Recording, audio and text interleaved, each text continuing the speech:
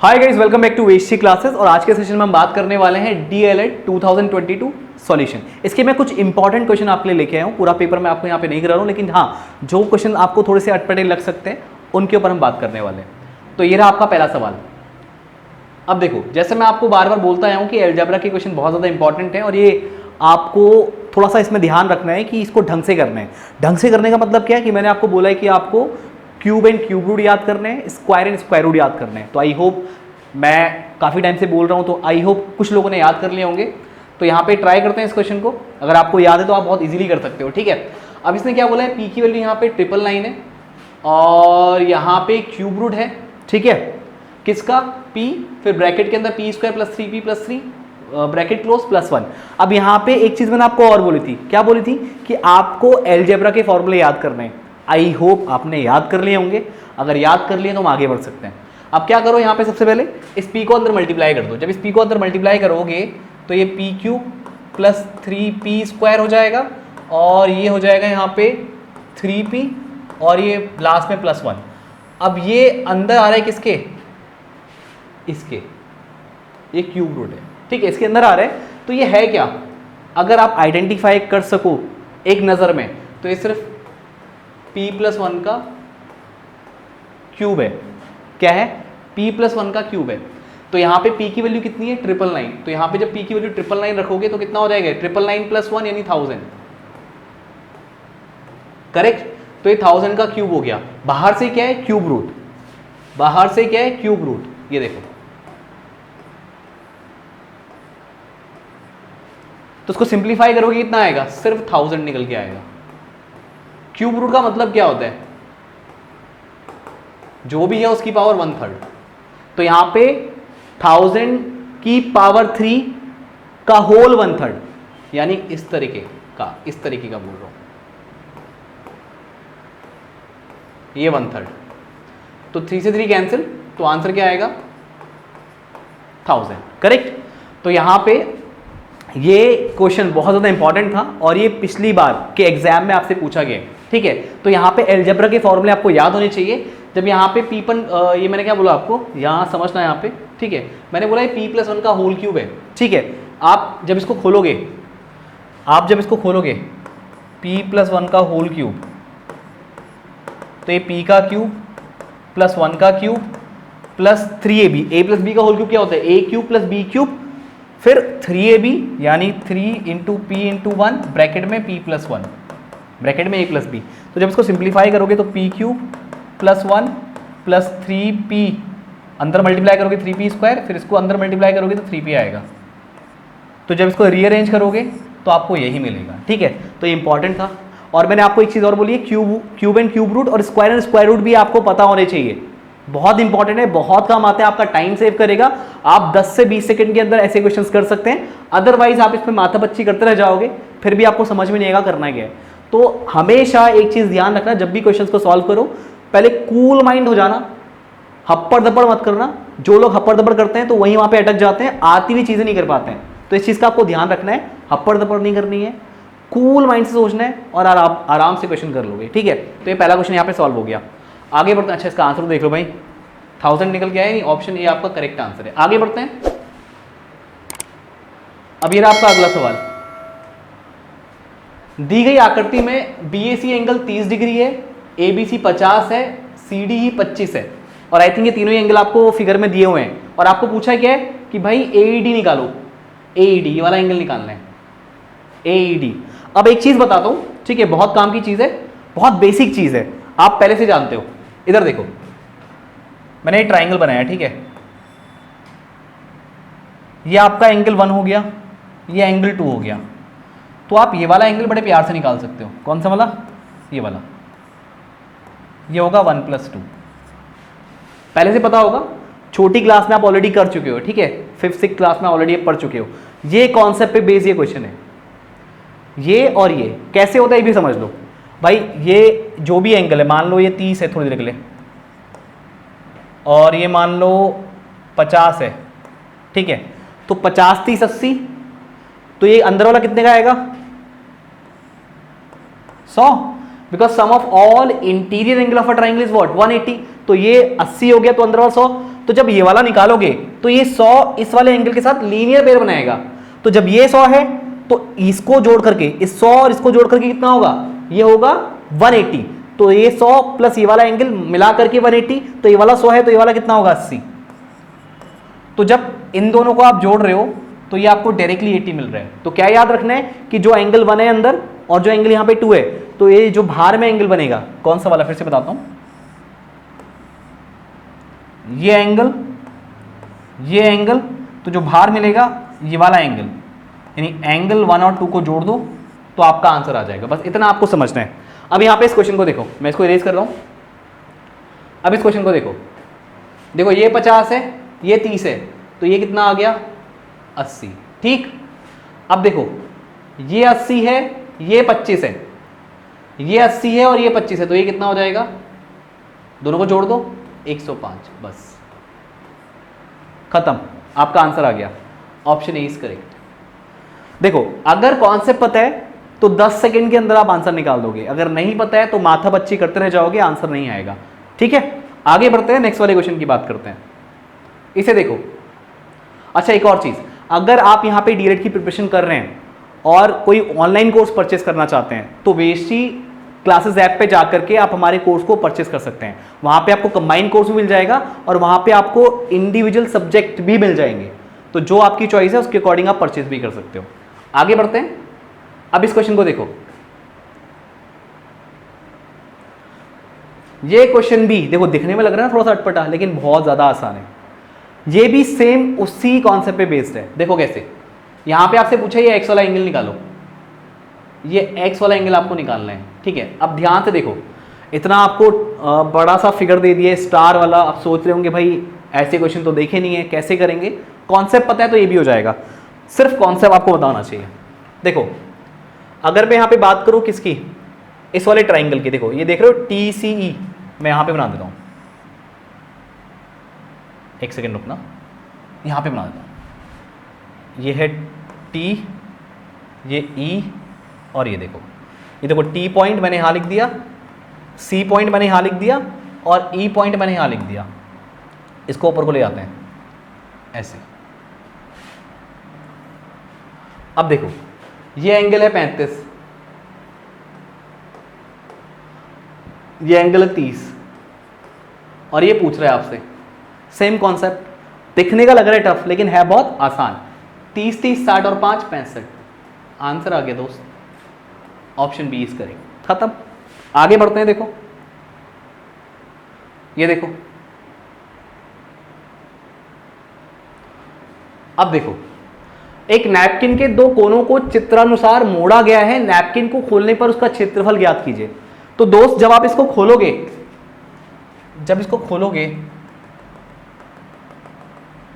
तो ये 4 है ये यहां पे आ जाएगा, राइट। जो ये 4 है वो यहां पे आ जाएगा, करेक्ट। और जब इसको ये खोलोगे, इसको खोलोगे, मोड़ी हुई नैपकिन है भाई, तो जब इसको खोलोगे तो ये जो 9 है ये यहां पे आ जाएगा, करेक्ट। तो यहां पे जो इसकी चौड़ाई होगी 9, देखो यहां से यहां तक का 9 और यहां से यहां तक का 4, तो 9 4 13 टोटल, ठीक। और अगर मैं इसे लंबाई की बात करूं तो 9 तो ये है, 2 ये है, क्योंकि मुड़े हुए से लंबाई मिल जा रही भाई। 9 ये, 2 ये, 4 ये, तो 9 2 11, 11 4 15, तो भाई ये लंबाई मिल गई 15। बस काम खत्म। पूछा क्या है, इस नैपकिन का क्षेत्रफल।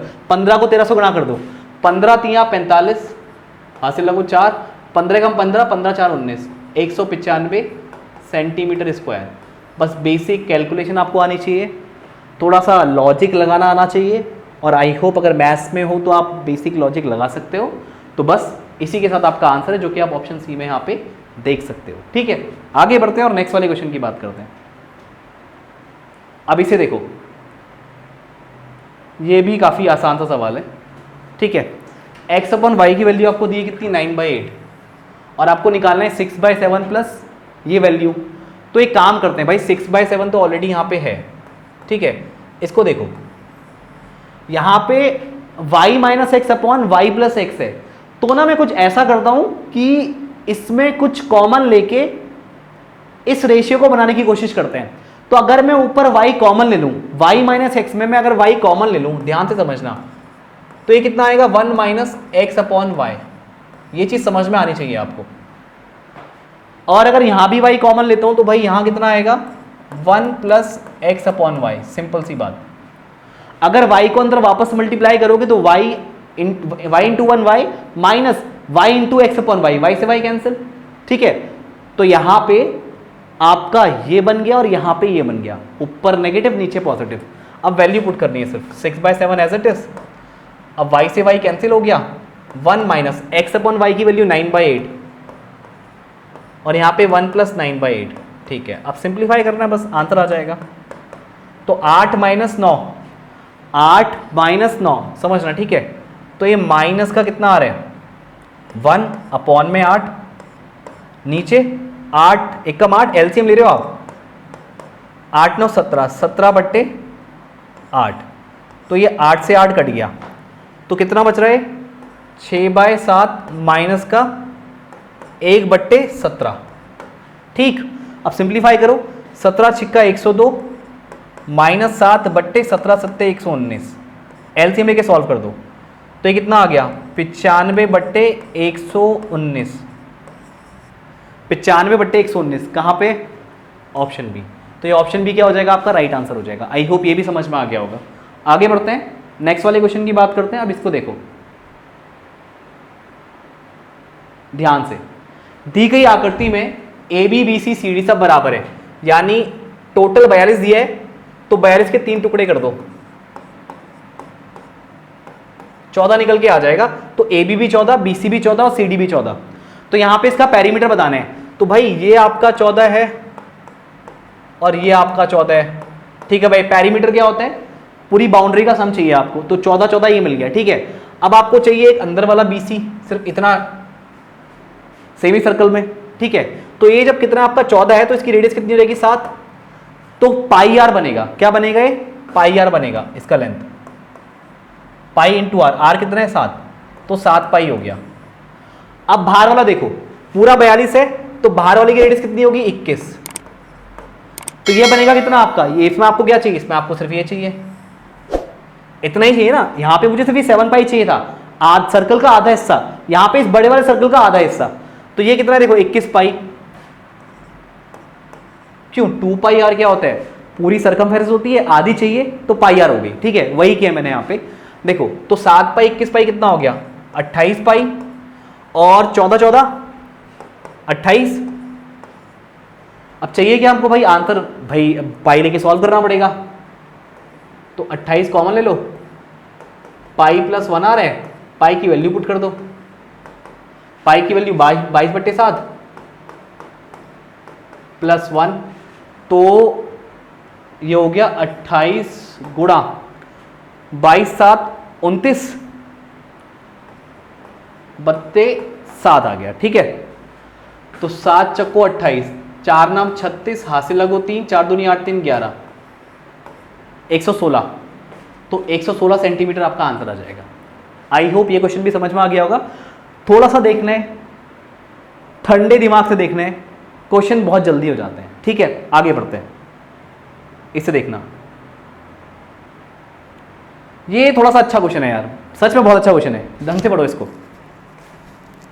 दी गई आकृति में बी डी एफ और एच, जो बी डी एफ और एच है क्रमशः ए सी सी एफ जी सॉरी ई जी और जी ए के मध्य बिंदु है, यानी डी बी एच एफ ये मिड पॉइंट है। ठीक है, और ये एक वर्ग है, छायांकित भाग का क्षेत्रफल ज्ञात कीजिए यदि ए जी ई सी एक 100 वर्ग सेमी क्षेत्रफल का वर्ग है।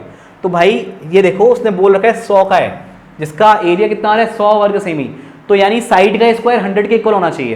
तो अगर मैं साइड की बात करूं 10 का स्क्वायर ही 100 बनेगा ना, तो ये पूरी जो लेंथ है 10 की बनेगी, ये पूरी लेंथ भी 10 की बनेगी। ठीक है, तो 10 गुणा 10 करोगे तब जाके पूरे का एरिया आएगा, लेकिन हमको निकालना है छायांकित भाग का।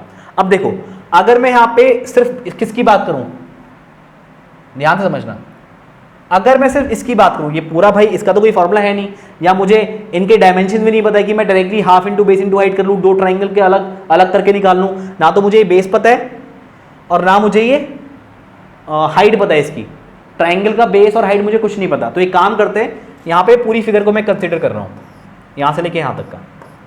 तो देखो ये F मिड पॉइंट है, तो भाई E से लेके G तक का तो 10 है, तो भाई E से लेके F तक कितना होगा 5, इसी तरह B से लेके E तक भी 5 होगा, करेक्ट।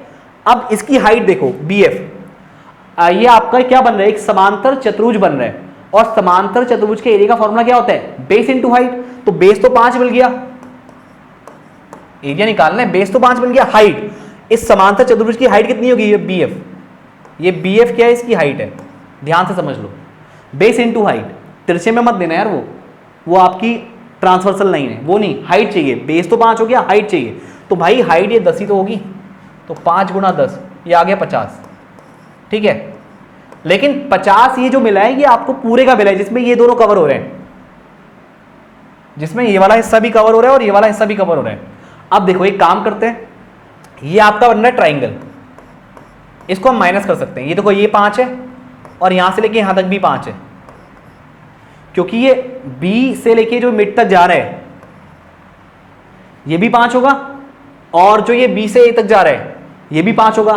तो भाई इसका एरिया कैसे निकालोगे, ट्राइंगल बन रहा है, यहाँ पे 90 डिग्री है, half into base into height, base कितना है भाई 5 और हाइट कितनी है 5, तो 25/2 आ गया। इसी तरह इसका एरिया भी कितना आएगा 25/2, ये 5 और ये भी 5, ये मिड पॉइंट हो गया, तो ये भी 25/2 आएगा। 25/2 कितना हो गया 25, 25/2 कितना हो गया 12.5, ये भी 12.5, 12.5 25 हो गया, और ये जो आपने निकाला ये 50 है, तो 50 में से 25 माइनस करोगे 25 ही निकल के आएगा। यानी इस जो 100 दिख रहा है 100, इस 100 का 1/4 है, जो छायांकित भाग है ये 100 का 1/4 है, क्योंकि 25 निकल के आ रहा है, 25 क्या है 1/4 ऑफ 100। कभी कभी ऑप्शन में बोल देगा कि ये क्या है, 25 ना बोल करके 1/4 ऑफ 100 भी बोल सकता है, तो इस चीज का आपको ध्यान रखना है। तो इसका आंसर कितना है 25 सेंटीमीटर स्क्वायर। काफी अच्छा क्वेश्चन था ये, ठीक है। आगे बढ़ते हैं, नेक्स्ट वाले क्वेश्चन की बात करते हैं। अब इसे देखो, यदि 2/5 की पावर -4, 2/5 की पावर 12 और 25/4 की पावर 6 - 2x है, एक्सपोनेंट का क्वेश्चन है भाई, बहुत सिंपल सा है। तो देखो यहाँ पे 2/5 की होल पावर जब मल्टीप्लाई करते हो आप, बेस सेम हो मल्टीप्लाई करते हो तो पावर ऐड होती है, तो -4 + 12 यानी कितना दे गए 2/5 की पावर 8, करेक्ट। अब इसको देखो, ये आप 5/2 लिखो पहले, 5/2 का स्क्वायर, क्योंकि 25 जो है 5 का स्क्वायर, 4 जो है 2 का स्क्वायर, इसकी होल पावर 6 - 2x है, ठीक है। तो यहां पे काम करो, ये आपका हो जाएगा, इसको पलट दो पहले इसको पलट दो, तो ये 2/5 हो जाएगा, बट ये पावर हो जाएगी -2, क्योंकि ऐसा होता है जब पलटते हो आप a की पावर m है तो ये 1/a की पावर -m हो जाता है, या उल्टा करके बोल लो, अगर आपके पास 1/ यहाँ पे a की पावर -m है तो ये a की पावर m हो जाएगा, कैसे भी समझ लो। तो यहाँ पे ये पावर चेंज हो जाएगी, नेगेटिव हो जाएगी, तो यहाँ पे जब इसको मल्टीप्लाई करोगे इससे 6 - 2x से, तो कितना आएगा 2/5 की पावर 6 दूनी 12 और 2 दूनी 4, तो ये प्लस का और ये माइनस का, खत्म भाई। यहाँ पे 2/5 की पावर 8 आ रही है, तो ये किसके साथ इक्वेट करोगे, इसके साथ इक्वेट करोगे, बेस सेम है, सीधे पावर को कंपेयर कर लो, ये 8 आ रहा है, 8 बराबर -12 + 4x, तो भाई -12 घर चला जाएगा, तो 12 8 20, 20 बराबर 4x, तो भाई यहाँ से x का मान कितना आ गया 4 × 5 = 20, x की वैल्यू 5 आ गई, तो 5 कहाँ पे भाई ऑप्शन सी में, तो ऑप्शन सी आपका क्या हो जाएगा राइट आंसर हो जाएगा। आगे बढ़ते हैं, अब देखो ये रहा अगला सवाल, इस ठोस के कितने फलक हैं, तो भाई सीधे काउंट कर लो, इसमें दिमाग लगाना ही नहीं है, 1 2 3, option B is correct, simple, सोचना ही नहीं है, बहुत ही आसान सा सवाल था। अब इसे देखो, दी गई आकृति में कितनी सममित रेखाएं हैं, तो भाई इसमें कोई भी सममित नहीं है। अगर आप ऐसे लाइन ड्रॉ करते हो तब भी ऊपर नीचे का पार्ट सेम नहीं है, यहाँ पे कलर, यहाँ पे डेड डैश है, ऊपर डेड डैश नहीं है, यहाँ पे डेड डैश है, नीचे डेड डैश नहीं है, ना तो ये हॉरिजॉन्टली सिमेट्रिक हो रहा है। अगर मैं लाइन ड्रॉ कर दूं वर्टिकली तो आधा हिस्सा ही ले लूं, आधा हिस्सा ही ले लूं, तो देखो यहाँ पे देखो, यहाँ पे देखो, अब यहाँ पे को समझने की कोशिश करते हैं। अगर मैं ऐसे ले रहा हूँ तो यहाँ पे कुछ भी नहीं है फिल, बट यहाँ पे डेड डैश है, यहाँ पे फिल है बट यहाँ पे कुछ भी नहीं है, तो ना तो ये वर्टिकली सिमेट्री है इसकी, ना ही हॉरिजॉन्टल सिमेट्री है, ना तो वर्टिकल में ना ही हॉरिजॉन्टल में, तो आपका क्या आ जाएगा यहाँ पे आंसर 0। इसमें कोई भी आपकी सिमेट्री है ही नहीं, ना तो वर्टिकल है और ना ही हॉरिजॉन्टल है, तो ये भी काफ़ी आसान था। अब इसे देखो,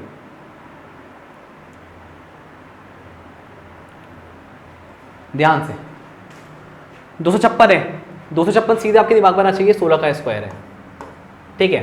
लेकिन यहाँ पे 64 है, तो 64 ये 4 का क्यूब समझ लो या 2 की, चलो इसको ऐसा करते हैं, इसको 4 की पावर में लेते हैं, 4 का क्यूब है या 8 का स्क्वायर भी ले लो, कोई फर्क नहीं पड़ता।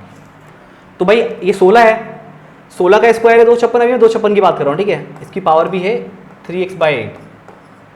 तो यहाँ पे इसको 8 की पावर में कर लेते हैं, 16 को आप लिख सकते हो 8, सॉरी 16 को 8 का स्क्वायर नहीं, तो एक काम करते हैं, इसको ना 8 को भी छोटा करते हैं, इसको लिखते हैं 4 का स्क्वायर, इसका होल स्क्वायर, फिर इसकी पूरी पावर कितनी है 3x/8, और जो ये 8 है इसको लिख लेते हैं भाई, इस 64 को लिख लेते हैं 4 का क्यूब, सिंपल, दोनों 4 की पावर में हो गए। तो भाई 2 दूनी 4, तो 4 की पावर 2 दूनी 4, और इसको 3x/8 से मल्टीप्लाई कर दो बराबर 4 का क्यूब, 4 दूनी 8, तो 4 की पावर 3x/2 बराबर में 4 की पावर 3, बेस सेम है, पावर कंपेयर कर लो, तो ये 3x/2 बराबर 3 के इक्वल, 3 से 3 कटा तो x/2 इज इक्वल टू 1, तो यहाँ से x की वैल्यू कितनी आ गई, यहाँ पे काट देते हैं इसको, x की वैल्यू निकल के आ गई 2 × 2, करेक्ट, ये x का मान 2 निकल के आ गया, जो कि ऑप्शन बी में आप देख सकते हो, ऑप्शन बी आपका क्या हो जाएगा, राइट आंसर हो जाएगा, ठीक है। आगे बढ़ते हैं, अब देखो यहाँ पे 27 की पावर -1/3, ठीक है, और अंदर 27 की पावर 1/3, तो इसको सिंप्लीफाई कर लेते हैं पहले। 27 की पावर जो 1/3 है, पहले अंदर देखो, ये 3 का क्यूब है, तो 3 का क्यूब और पावर 1/3 माइनस 3 का क्यूब और पावर 1/3, अच्छा पावर 2/3 है यहाँ पे, ठीक है। 27 को 3 का क्यूब आप लिखते हो। आगे देखो 25 की पावर हाफ है, तो ये 5 हो जाएगा, 64 की पावर कितनी है, हाफ है, तो ये 8 हो जाएगा, और ये 36 की पावर हाफ, तो 6 हो जाएगा, 9 की पावर हाफ, तो 3 हो जाएगा, √4 यानी 2 हो जाएगा, ठीक है। स्क्वायर रूट निकालने, 3 से 3 कटा, यहाँ पे 3 से 3 कटा, 27 की पावर 1/3 -1/3 है, तो ये 3 की पावर कितना बनेगा, 3 × -1/3, अंदर कितना आएगा 3, माइनस यहाँ पे कितना आएगा 3 का स्क्वायर 9, ठीक है। 3 से 3 कटा, 3 की पावर -1, और ये आ गया माइनस का 6, प्लस करके कितना आ रहा है 3 दूनी 6 कट गया, 5 × 8 40, ठीक है, ये 40, तो ये कितना आ गया माइनस का 6/3, 3 की पावर -1 कितना हो गया 1/3, ये प्लस 40, 3 दूना 6, तो कितना आ गया -2 + 40 यानी कि 38। तो कहाँ पे आंसर, ऑप्शन ए में है आंसर, तो ये आपका करेक्ट आंसर हो गया। आगे बढ़ते हैं, अब इसे देखो ध्यान से, देखो इसको रेशनलाइज करने हैं,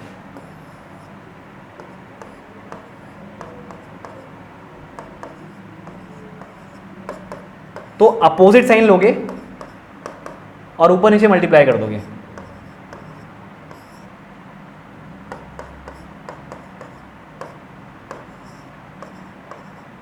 ठीक है। तो देखो इधर a - b a + b, तो a - b a + b बनता क्या है दोस्त, a का स्क्वायर - b का स्क्वायर, करेक्ट। तो देखो यहाँ ऊपर कितना है √100 प्लस √99, 100 का स्क्वायर, √100 का स्क्वायर 100 और √99 का स्क्वायर 99, तो a स्क्वायर - b स्क्वायर, सिर्फ 1 आ रहा है, नीचे 1 आ रहा है, 1 आ रहा है मतलब यही बचेगा। तो देखो सिंप्लीफाई करके क्या बन रहा है, पैटर्न देखना,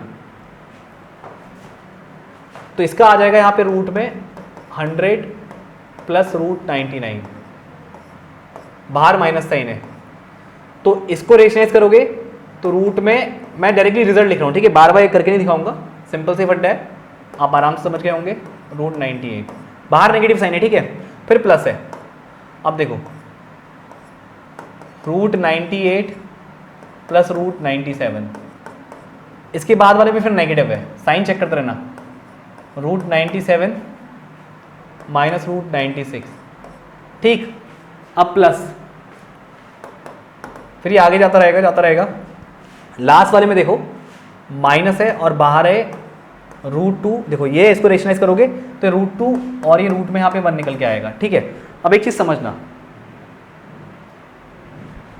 यहाँ कैंसिल हो रहे हैं, देखो ये रूट 100 है, ये रूट 99 है, और जब इसको अंदर मल्टीप्लाई करोगे तो नेगेटिव का बनेगा, नेगेटिव पॉजिटिव कैंसिल। जब इसको नेगेटिव साइन को अंदर लेके जाओगे तो नेगेटिव का रूट 98 आएगा, और ये पॉजिटिव का है, नेगेटिव पॉजिटिव कैंसिल। अब देखो ये पॉजिटिव है, और जब नेगेटिव साइन अंदर लेके जाओगे तो ये नेगेटिव और ये पॉजिटिव, ये कैंसिल, फिर ये नेगेटिव का रूट 96 हो जाएगा, फिर बाद वाले में प्लस का रूट 96 आएगा, तो ये और ये कैंसिल। तो एक तो पहला वाला बच रहा है, ठीक है, पहला वाला बच रहा है।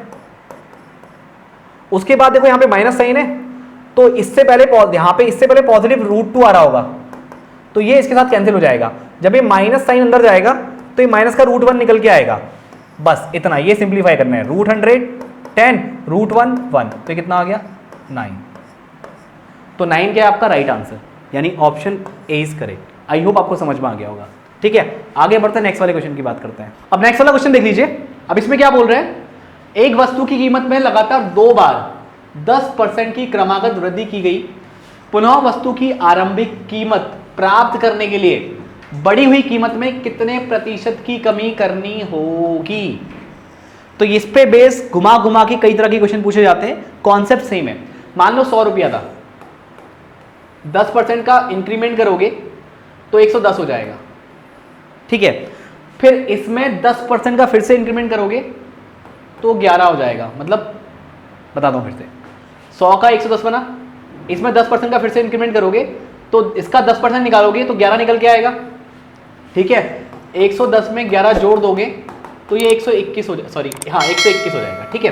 110 प्लस 11 121, तो 100 रुपया था 121 बन गया। तो इन दोनों में चेंज कितना आया, परसेंटेज चेंज की हम बात कर रहे हैं, तो इन दोनों में चेंज कितना आया, 21 रुपए का चेंज आया, अपॉन आप वापस से चाह रहे हो कि कितनी हो जाए, वापस से आपको प्रारंभिक वाली चाहिए, आरंभिक कीमत प्राप्त करने के लिए कितनी प्रतिशत की कमी करनी पड़ेगी। तो भाई चेंज कितने का है वो देखो, और अपॉन में किससे कंपेयर कर रहे हो, जो नई बन गई है सैलरी उससे वापस आना है, यानी नई कितनी बन गई है 121, इतना गुणा 100, करेक्ट। चेंज अपॉन नीचे किससे कंपेयर कर रहे हो, वो नीचे आएगा इनटू 100, या फिर प्रारंभिक से जो अंतिम बन गई है 100 से जो 121 हुई है तो वो कितना परसेंट बढ़ी है, तो क्या करते 100 से कंपेयर करते, तब वो बताते कि बाद वाली कितनी हुई है, तो यहां पे नीचे 100 आता। लेकिन अब कंपैरिजन किससे कर रहे हैं कि नई वाली से पुरानी वाली पे आने के लिए कितने परसेंट की कमी करनी होगी, तो कंपैरिजन किससे कर रहे हैं, नई वाली से, तो वो 121 है। तो बस यहाँ पे 100 से गुणा कर दो, यानी 21/121 गुणा 100। जब इसको सिंप्लीफाई करोगे तो जो आपको आंसर मिलेगा वो मिलेगा 17.36%। काफी अच्छा क्वेश्चन है, और ऐसे क्वेश्चन पक्का आपको पेपर में देखने को मिलेंगे। तो प्लीज दोस्त, ये घुमा फिरा के पूछे जाते हैं, क्या लॉजिक है मैंने आपको बता दिया है, ऐसे क्वेश्चन पक्का प्रैक्टिस कर लेना, ठीक है। अब आगे बढ़ते हैं, लास्ट क्वेश्चन और है आपका। अब इसे देखो, यदि किसी आंकड़ों का बहुलक 45 है तथा माध्य 27 है तो माध्य क्या होगा। अब देखो, एक फॉर्मूला होता है, मोड बराबर 3 मीडियन माइनस 2 मीन। तो मोड यानी बहुलक, ये 45 है, 3 इंटू मीडियन, माध्य कितना होगा, माध्य आपको दिया है 27, माध्य यानी मीन, ये 27 दिया है, तो ये मीडियन आपको m निकालना है। मान लो मैं इसको m लिख दे रहा हूं, -2, इसकी वैल्यू 27, माध्य यानी कि मीन, तो 45 बराबर 3m, 27 गुना 54, 54 को इधर ले जाओ तो 5 4 9, 4 5 9, 99 आ गया, बट्टे 3 बराबर m हो जाएगा।